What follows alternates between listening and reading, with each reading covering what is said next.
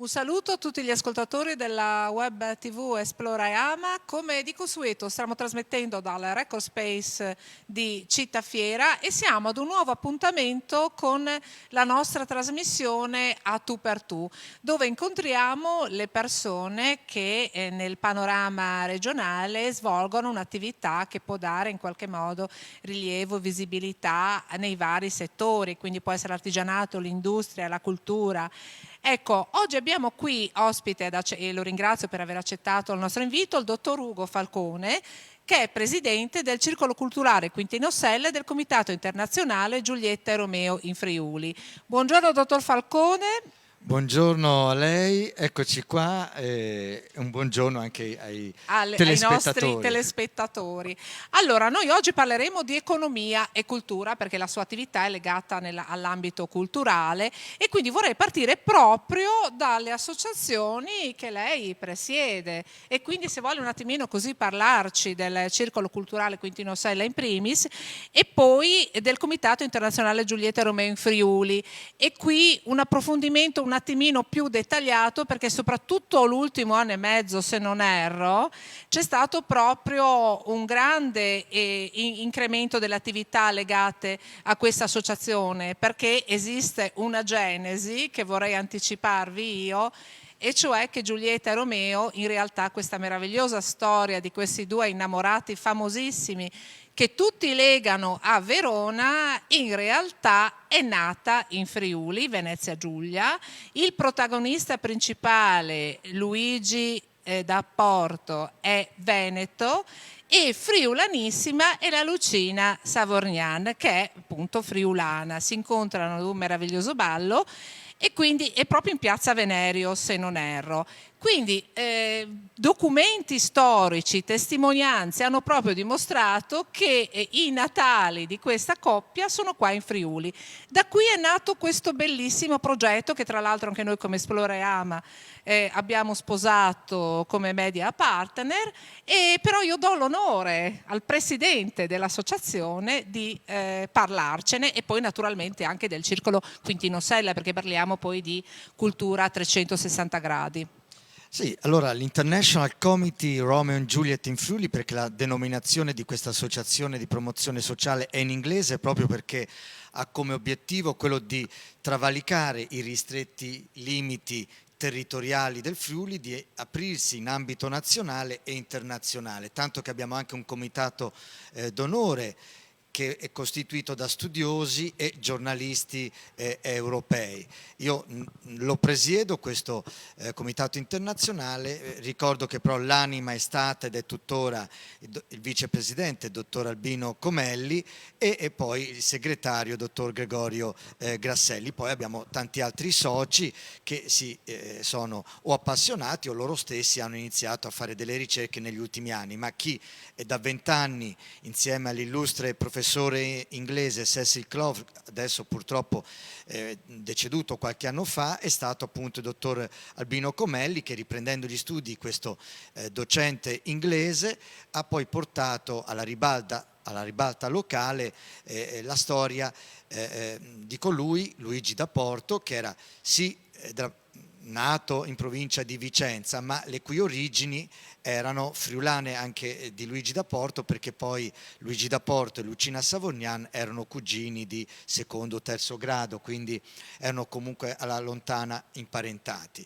Ecco, le origini erano comunque sempre in Quindi Friuli. anche da parte di Luigi, Sì, nonostante i natali in sì. Veneto, aveva queste Le origini. origini delle famiglie erano Poi una volta ci si sposava, no? Fra soprattutto, cugini, fra sì, parenti. ma Non è uno scandalo, c'era un no? motivo economico, perché l'asse ereditario e quindi i beni che venivano ereditati e venivano trasmessi con il matrimonio si cercava di mantenerli all'interno dell'asse ereditario delle stesse famiglie, ecco, quindi come i da Porto, i Savorgnan, ma potrei citare tantissime altre famiglie nobiliari che ancora oggi esistono, che si sono per secoli trasmesse l'eredità e i vari lignaggi, proprio facendo sposare cugini, nipoti, eccetera, eccetera. Ecco, per tornare a Giulietta e Romeo, ecco, il Comitato Internazionale proprio un anno fa si è presentato alla stampa con una grande conferenza stampa in Palazzo d'Aronco, e da lì è iniziato poi tutta una serie di attività. Abbiamo dato il nostro partenariato a diversi progetti, alcuni addirittura li abbiamo vinti in prima persona, ma quello che voglio sottolineare è stato il nostro partenariato, anche poi abbiamo organizzato 3-4 appuntamenti in prima persona, a un festival, a una rassegna culturale di quest'estate che si è chiamata prima edizione di Vox Populi, dove il nostro comitato internazionale è stato uno dei bracci operativi, ha organizzato 3-4 iniziative molto importanti, tra cui in partenariato anche con voi, che è servito proprio per lanciare sul territorio in maniera sì scientifica ma anche in maniera divulgativa la vera storia di Luigi da Porto e di Luigina Savorgnan in Friuli. Ecco, siccome noi siamo partiti proprio parlando di economia e cultura e le due cose sono legate, questo percorso è molto importante perché fa da traino a quello che è il discorso del territorio, di promozione del territorio, perché questo percorso che parte dal Veneto di Sisnoda fino in Friuli coinvolge alcuni comuni con un progetto molto più ampio, e quindi anche le attività che sono in questi comuni, anche il movimento del turismo, cioè ne beneficiano. Quindi non è un progetto nato così per dire che bello, noi siamo quelli che abbiamo le origini Giulietta e Romeo. In realtà c'è un progetto molto ma molto più importante sotto, legato al rilancio del turismo e del territorio, vero Ugo? Sì, ha detto bene, perché questo comitato, oltre a far conoscere scientificamente, ma già scientificamente ci sono già stati appunto volumi, articoli, convegni, noi stessi siamo stati promotori di alcuni, con la Società Filologica Friulana abbiamo fatto già 2 conferenze all'interno della settimana per la culture friulane, abbiamo inserito 2 nostre conferenze in queste 2 ultime edizioni, quindi abbiamo già, ecco, in ambito scientifico siamo già noti, però volevamo che oltre all'ambito strettamente storico-culturale si abbracciasse e potessimo dare un supporto anche alle attività ricettive e turistiche, perché se a Verona c'è il mito e noi non vogliamo gareggiare con Verona perché sarebbe una battaglia impari, ma se Verona continua a mantenere il mito e noi ci riappropriamo invece della storia vera, della storia con la S maiuscola, le due cose possono essere compartecipate, possono convivere e dare un indotto lavorativo che già Verona ha di per sé, ma dare un indotto lavorativo anche qui nel nostro Friuli. E questo è importante facendo cosa? Rete. Lo abbiamo fatto con Esplora e Ama, lo abbiamo fatto con i fratelli Borella, che so che in questo periodo stanno collaborando anche con voi, e appunto dando la nostra partnership nel cosiddetto progetto della panchina dell'amore, che va da Tarvisio, anzi da Villac, passando per Tarvisio, Povoletto, Udine, Martignacco, per arrivare sino a Verona, appunto. Ecco, questo percorso della panchina dell'amore serve proprio per creare una rete di networking, una rete manageriale di imprenditoria locale che può portare tranquillamente un indotto lavorativo, come? Attraverso le strutture ricettive. Se ci sono agriturismi, se ci sono degli hotel, se ci sono delle sale convegnistiche, se ci sono delle iniziative, se ci sono delle iniziative teatrali, culturali, musicali che si riallacciano alla nostra storia, e ci sono state, come a Rivignano Teor, come a Cividale, come a Udine, ecco, queste creano poi opportunità di lavoro, perché fai lavorare compagnie teatrali, fai lavorare gruppi musicali, fai lavorare gli storici, le guide turistiche, gli accompagnatori turistici, voglio dire, e le agenzie turistiche. Ma io mi permetterei di dire anche l'artigianato locale, l'enogastronomia locale, perché voglio dire è una bella spinta anche per loro, perché comunque questo tipo di percorso ti permette di far conoscere in toto una realtà, un posto, un comune, un luogo. Certo, pensi anche, noi adesso stiamo allestendo dei prototipi, delle idee per i gadget che possono sì essere regalati ma anche essere messi in vendita. Lei lo sa la maggior parte degli introiti di Verona da dove arriva? Beh, certo. Oltre che dalle strutture ricettive, ecco, proprio dalla vendita dei gadget.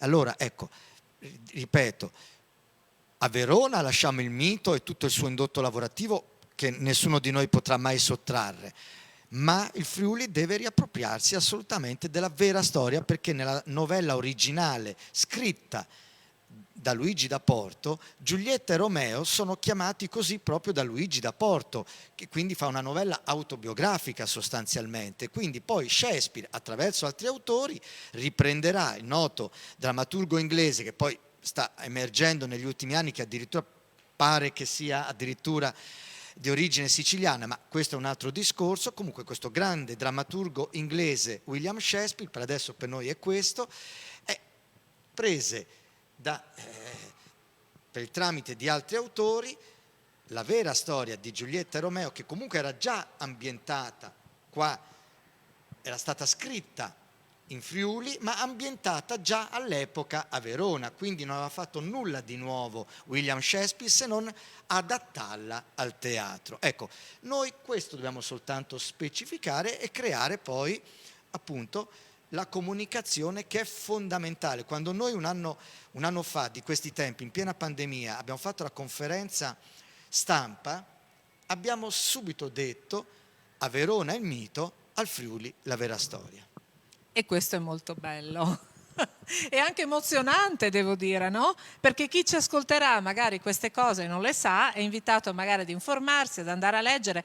Tra l'altro il dottor Comelli ha fatto anche un libro su questo, molto bello, che nel dettaglio parla proprio di questa storia, delle origini, della genesi, e da friulani sarebbe giusto che tutti sapessero e si informassero. Io adesso invece le chiederei di parlare del circolo culturale quintino, perché anche questo a livello di cultura economia e finanza vanno d'accordo, esatto, perché Quintino Sella fu qui in Friuli per 3 mesi commissario straordinario per il Regno all'indomani dell'annessione del Friuli al Regno d'Italia, e fu mandato dal re del tempo furono commissariate queste terre, giustamente, e vennero mandate sì le truppe del Regio Esercito Italiano, ma anche il commissario Quintino Sella, che è stato poi anche un grande ministro delle finanze, personaggio che in soli 3 mesi qui ha avviato le prime bonifiche, ha fatto avviare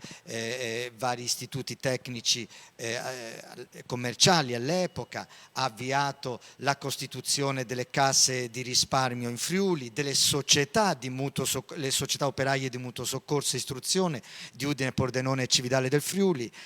Ecco, perché il Circolo Culturale Quintino Sella è interessato a economia e cultura? Perché in questi anni, dal 2013 in poi, è una libera aggregazione, tra l'altro il Circolo Culturale Quintino Sella ha avuto come ospiti sia relatori nazionali che locali, che hanno spesso affrontato la questione come il rapporto economia e cultura debba essere collegato alla territorialità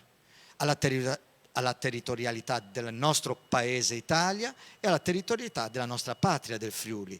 E quindi il Friuli è una terra transfrontaliera, da secoli si arricchisce del patrimonio, no, culturale delle genti che lo hanno invaso, delle genti indigene, in una commistione di patrimoni che è un unicum, no? Noi abbiamo il tedesco, lo sloveno, il friulano, la lingua italiana, no?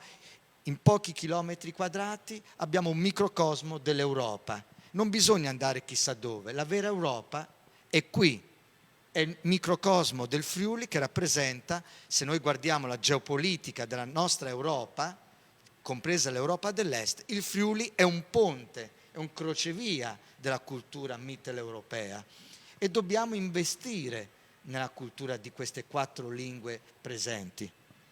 Ecco, e mi viene da pensare che mai come in un periodo come quello che stiamo vivendo, con la pandemia così duro, così terribile, che ci ha costretti a rivedere un po' le nostre vite, chiusi in casa, rinchiusi, E però in questa chiusura abbiamo forse aperto gli occhi in modo diverso. Ci siamo guardati intorno, abbiamo visto che abbiamo una regione meravigliosa, che abbiamo tante cose che forse prima guardavamo di sfuggita, adesso le guardiamo con più attenzione e possiamo anche goderne. Ecco, godere della cultura, dell'arte, io credo che poche cose siano così belle, no? E mi viene da chiederle proprio questo contraccolpo così duro che ha subito la cultura, perché prima lei citava il discorso appunto degli artisti, degli attori, dei teatri. Cioè io ricordo una mia intervista l'anno scorso al presidente del teatro Giovanni da Udine, che ho voluto proprio farla in questo teatro freddo, vuoto, che dava proprio questo senso, no? Eravamo a pochi giorni da un'altra chiusura ed è stata dura, eh? Ci Sì. siamo emozionati tutti e due, sia io che lui, e tuttora a ripensarci mi vengono i brividi. Allora, passerà? Come è andata e come sarà, secondo lei? L'amico Gianni Nistri, presidente del teatro Giovanni da Udine, ha fatto un grande lavoro, ha avuto anche delle buone idee. È comunque difficile perché se al teatro poi uniamo anche il cinema, le sale cinematografiche. Sì, scusa, io ho detto teatro per Certo. citarne uno, però Le appunto sale non cinematografiche, dimentichiamo i musicisti, le tutti gli altri discoteche, artisti. le sale da Certo, ballo, ecco. certo. Io intanto va la mia solidarietà dal punto di vista umano e da ex addetto ai lavori, in quanto in passato anch'io mi occupavo di queste cose.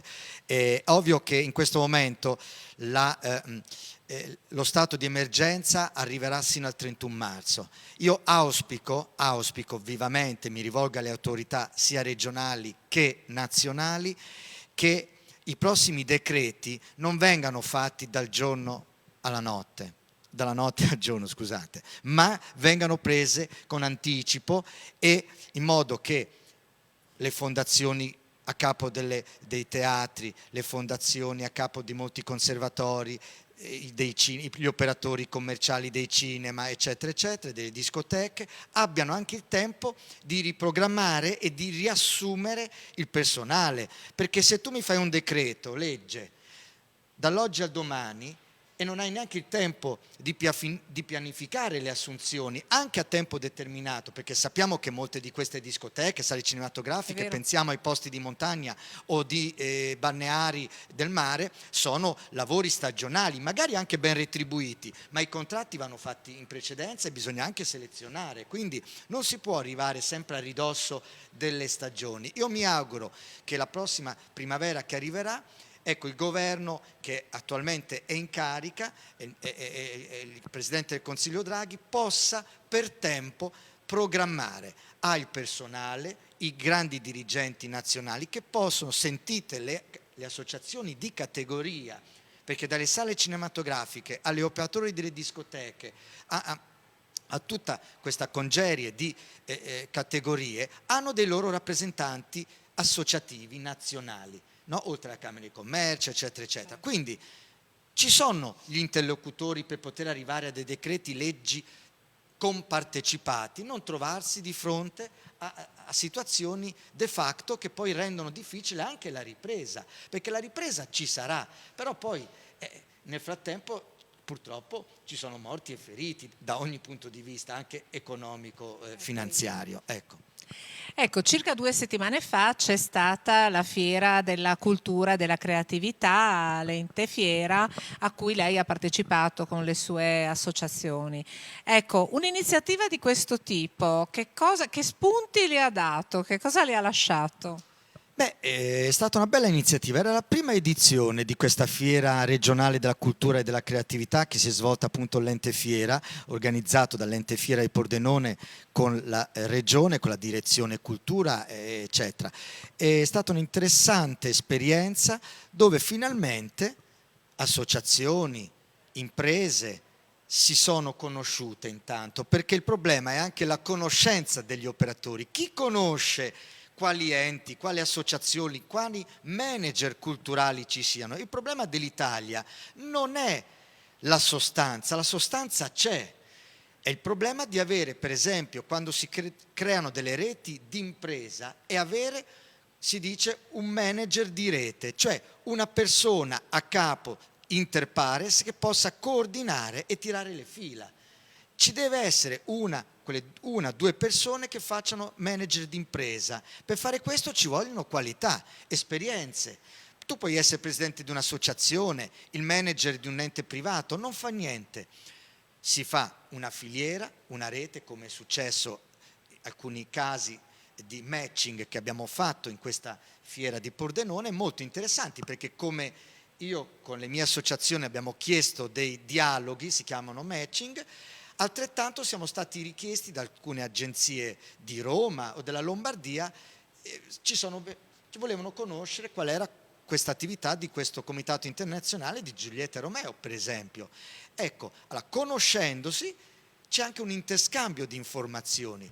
Dopo questo passo, però, ecco, gli enti, in questo caso la Regione Autonoma Friuli Venezia Giulia, deve saper creare dei ponti, deve informare il mondo associativo, i manager, le reti temporanee d'impresa di che cosa? Delle varie possibilità economiche che ci sono con bandi regionali, con i bandi europei, con i bandi anche comunali. Ci sono tutta una gradualità di bandi ai quali però bisogna partecipare in rete. Ormai è impensabile che il Circolo Culturale Quintino Sella o ICRAIF, il nostro International Committee, partecipino da soli. Bisogna creare delle reti in sinergia, mettere un capofila, e però poi gli enti pubblici devono facilitarci nel presentare questi progetti. Ecco, io chiedo che la tempistica sia a volte un po' più lunga del previsto, perché a volte ci si ritrova solo in 20-30 giorni a dover mettere su dei progetti dove poi noi che siamo già organizzati ce la facciamo, altri che hanno qualità ma non hanno magari le stesse strutture e i tempi a disposizione rischiano di non presentare dei bei progetti. E difatti quando si fa rete poi ne beneficiano tutti, le associazioni in primis, ma soprattutto il territorio che ne ha bisogno. Io ringrazio il dottor Falcone di essere stato ospite qui con noi, grazie. E ringrazio i nostri ascoltatori, vi ricordo che avete seguito la trasmissione a tu per tu sulla web tv Esploreama, che stiamo trasmettendo dal nostro record space di Città Fiera, e in attesa della prossima puntata vi auguro un buon proseguimento. Grazie a tutti per averci seguito.